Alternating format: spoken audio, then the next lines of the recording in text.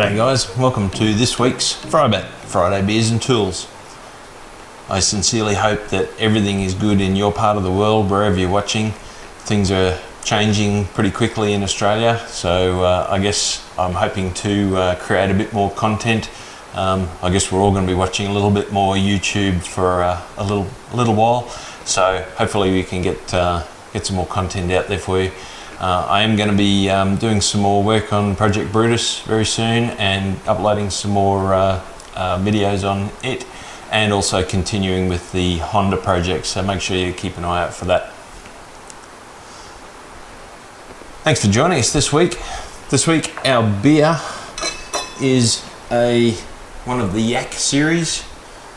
This is the Wild Yak. It is made by the Matilda Bay Brewing Company in Australia, which is part of the Carlton United Breweries Group. Very big brewing group in Australia. The Wild Yak is classed as a Pacific ale. I'm not exactly sure what that means. I guess it probably comes under the more fruity varieties, etc. I don't know whether I've tried this one before. Next week I'll be reviewing one of my favourites, which is the Fat Yak. But this week, let's try out the Wild Yak.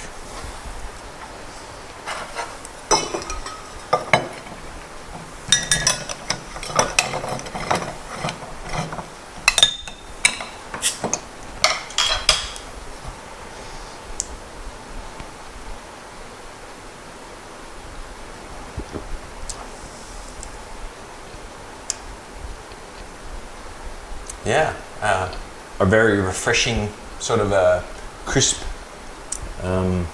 tropical sort of taste to it. There's sort of hints of passion fruit and melon and that sort of thing, you know, sort of quite a fruity blend.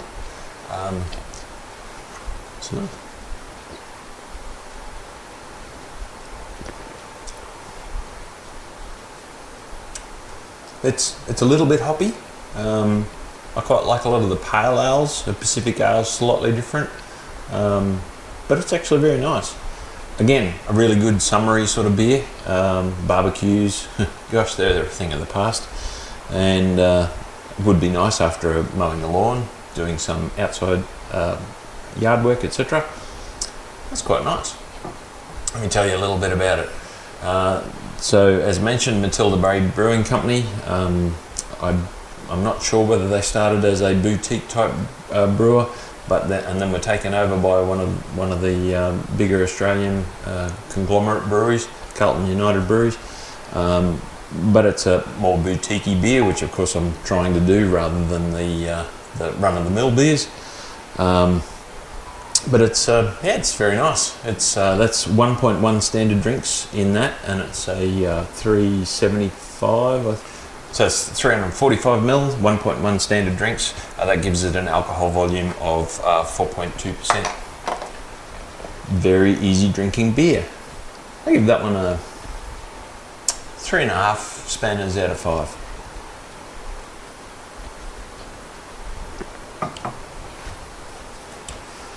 Rightio, on to our first tool of this week. It's a product that is new to me. Haven't used it a great deal yet, but I came across it on actually another YouTube video.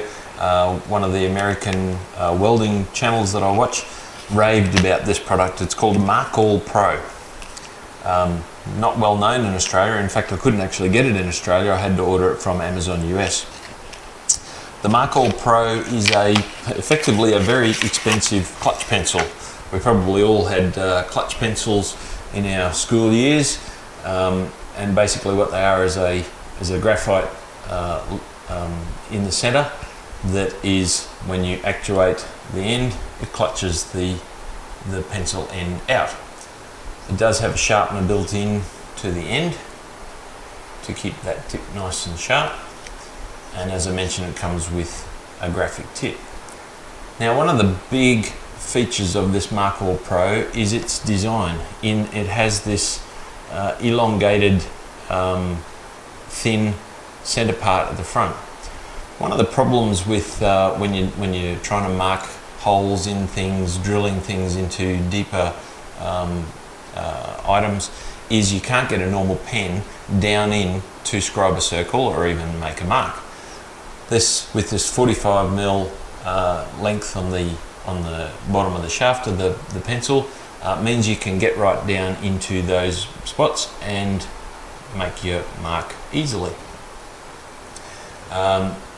The leads or graphite that come in them is 2.8mm in diameter, and they sharpen down to a nice point and gives a really nice, clean, crisp line.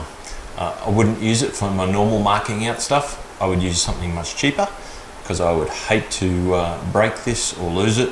I will keep it for the more specific jobs. As I said, the machining type, getting down into the bottom of things.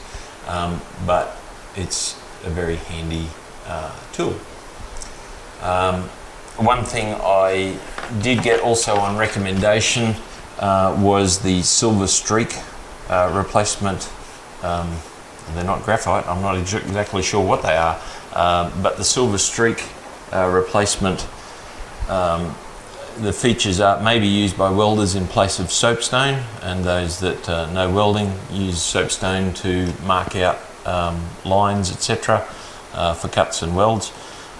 Good resistance to torch flame, so obviously not the pen once you've put the mark in place.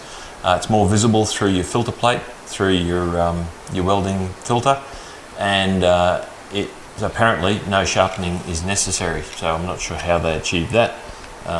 But it comes in a pack of 6 replacement leads, 6 replacement refills in one refill kit. As I mentioned, this is a very, very dear clutch pencil. It's probably the dearest pencil I've ever bought in my life, and it's certainly up there with the most expensive pens, quill pens, etc. I've ever owned as well. In Australia, these retail for between $56 and $59 Australian. Much cheaper in the States, of course. I think around about $25 US. Is it something that you need in your kit? Most definitely not.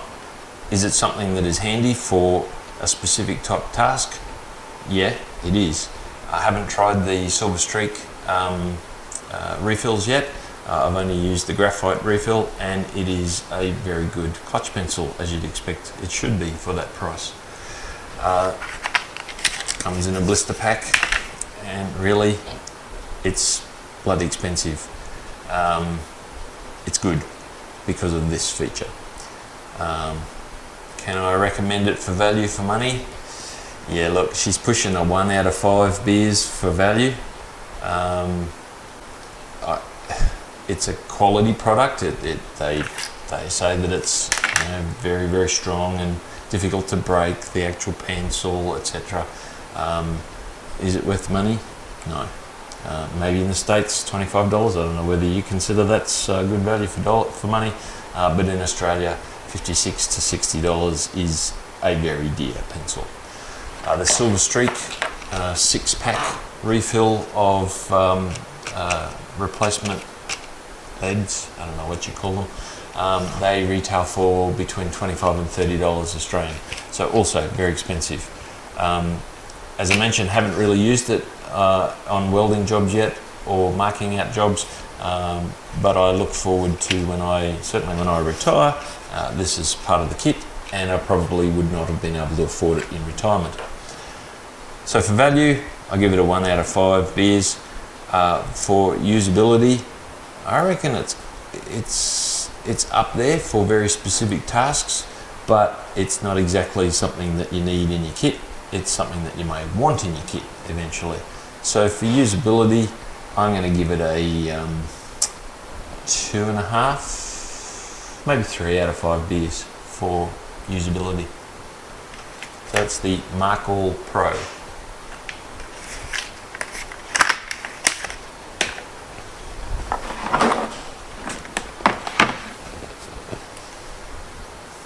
Cheers. Oh, by the way, what do you think of my new t-shirts? Something new I'm trying anyway. Next tool of this week is a Dremel 3000. Comes in a kit, comes in a blow mold case. Most people will be familiar with the name Dremel. A Dremel is a multi-tool, a miniature grinder, etc. Very, very handy for doing fine grinding work, for engraving, things like that. In Australia, our model, of course, Australian normal voltage is 240 volts. Our model comes as a 240 volt unit. In America, the same model is 110 volt. The Dremel 3000, as I said, comes in a kit, and I'll put up a thing in the screen what is actually in the kit. It's a nice, light, but really well made tool. It's made in Mexico, so it's not Chinese or Taiwanese or anything else. It has a 10-step variable speed here, which varies the RPM from 10,000 RPM to 33,000 RPM. As I mentioned, it's a 240 volt tool, general outlet supply in Australia, and it's a 130 watt motor, so it's got a fair bit of guts to it. It only weighs 0.62 of a gram, or 620 grams, or 0.62 of a kilogram, and it's only 19 centimeters long, so it's actually quite you can use it quite easily in small areas.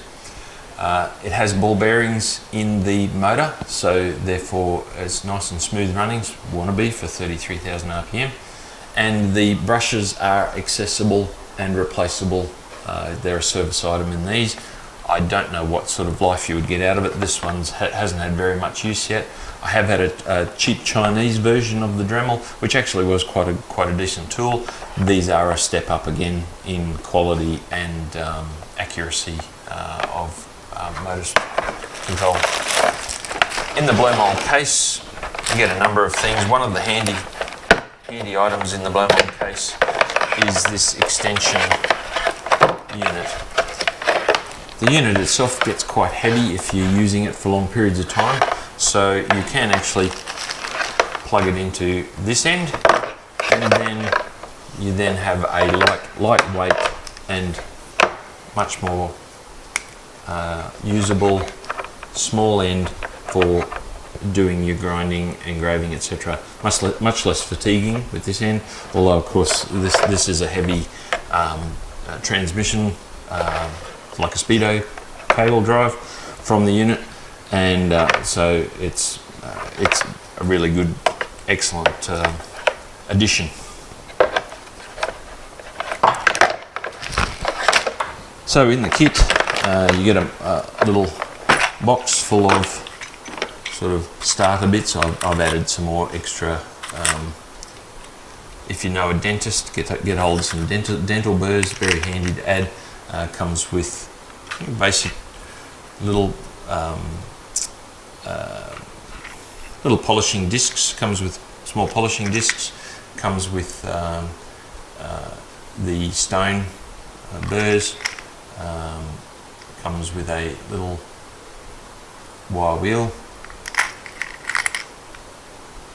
I think it comes with these little drums which you can put various grades of sandpaper on, which is really good for elongating holes, etc., and a number of other bits and pieces. I can't remember whether this comes in the kit. I think it does. I'll put that in the description. These are a handy little item that goes into the end of the Dremel. It turns it into a mini. Also comes with this little attachment which turns the tool into a mini router. Enables you to allows you to accurately place the tool height-wise and route out different shapes, etc. And also enables you to see through, good vision through both sides to see what you're actually routing. Dremel are excellent tools. In Australia, this kit, the Dremel 3000 kit, Retails for about $160 Australian, and comes with what you see here, although I have added a few bits and pieces. You can buy similar Chinese, cheap Chinese grinding or engraving tools, which are pretty good. The one that I had previously was just a cheap one, and I think it was only $40 or $50 for a similar kit. Not as powerful, but still quite a usable kit. So you can get cheaper versions of them. Are they worth the extra money, the Dremel? Probably if you're doing a lot of work, if you're going to be doing it for a small business, or if you're doing a lot of specific small fine grinding or engraving, then yes, probably is worth investing in the better tool. But a very handy tool to add to the kit. I've used it a number of times on circuit board repair. Very, very fine work for repairing damaged circuit boards and tracks, and also being able to easily and quickly elongate holes and things like that. But a very handy tool to add to the kit. Is it an essential? By no means, no. If you're just starting out and you're building a multi-function kit that you can do lots and lots of different things in your garage, go and buy a cheap Chinese one. It'll last you. I think my last one was still going strong after about 4 or 5 years, and it was a third the price of the Dremel. But having said that, when you buy a good quality tool, you do actually notice the difference in them, the control, how they work, how smooth they are, etc. And if you can afford it, go for it. For value for money, the Dremel 3000, it's not too badly priced at $160.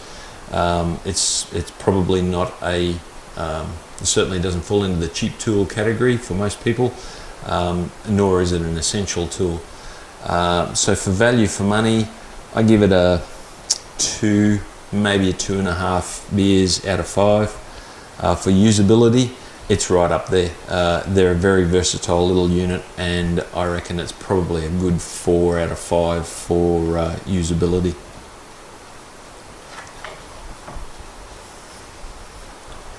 Anyway, that's it for this week's FriBaT. Hope you enjoyed that. It's a fairly short one this week, and again, I hope everything's good where you are in the world. It's certainly a changing world at the moment, and I guess we just have to keep smiling and keep positive about things. Things will improve. It'll always get better. I hope you're in good health, and I wish you all the best from wherever you are in the world, from Australia. Anyway, cheers. Enjoy your beer for a Friday. Thanks for watching. Make sure you like, share and subscribe, and make sure you pass it on to other people if you think they might be interested in this segment. Thanks for watching.